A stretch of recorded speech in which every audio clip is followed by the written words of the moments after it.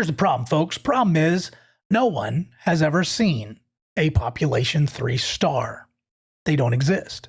It is simply a belief to fill in the gaps of what they don't know. In fact, the formation of stars and planets themselves are a belief in the unseen. They have never seen a star or a planet form. They will say, of course, no one has ever seen one form because it takes millions of years for that to happen. Does it? Or do they believe that? Why do they believe that? Maybe men, years ago, wrote ideas in a book. Ideas that no one has ever seen in observable, testable, repeatable science. And now they believe the information because respected men wrote in a book many years ago. Oh no, that's starting to sound a little bit like religion, but we'll keep testing this. Life. The atheist must also believe that life came from non-life, something never seen or observed by science. And at some point, they must believe that something that never thought just started thinking. Then he must believe something that never communicated before all of a sudden had something to say. And say it to another life form that hasn't yet developed the ability to even receive communication. So something out there is purring or ticking or humming or whistling, and everybody else has no idea what he's saying. But we got to wait millions of years and able to hear what this guy's trying to tell us. The belief in the unseen continues. The atheist believes that something that could reproduce all by itself, like cells, they now require male and female to reproduce.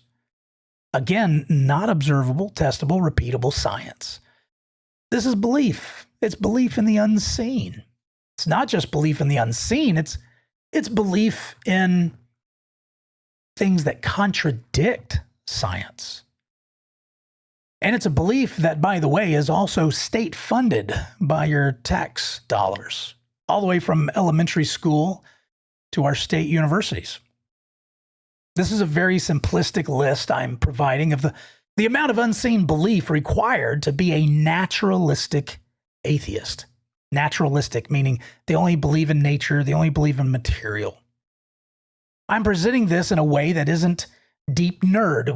When you continue to go down the details of cosmic evolution, stellar and planetary evolution, chemical and biological evolution, there is a lot of faith required to believe in this story. Atheist, unscientific faith goes beyond the boundaries of scientific method, the scientific method of observable, testable, repeatable. If I presuppose God in the beginning, what do I mean by presuppose? It means I simply believe God is the first cause. I believe God came first, not dirt or nothing.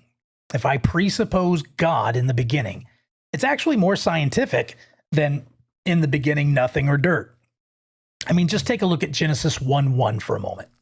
It says, in the beginning, God created the heavens and the earth. That is so scientifically important. Genesis 1:1 is a necessary scientific statement for anything to exist. For anything to exist, you have to have time, space, and matter. If you have matter, but no space, you have no place to put the matter. If you have matter and not time, well then, when would it be? Did it become before or after? You have no time. So you see, time, space, and matter must come into existence all at the same time for anything to exist. So look at Genesis 1:1. It says, in the beginning, that's time.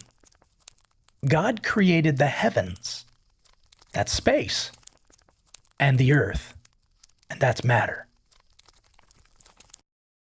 And when you start with this biblical truth, in the beginning God, which happens to be scientific truth as well, everything else becomes quite reasonable from a biblical perspective.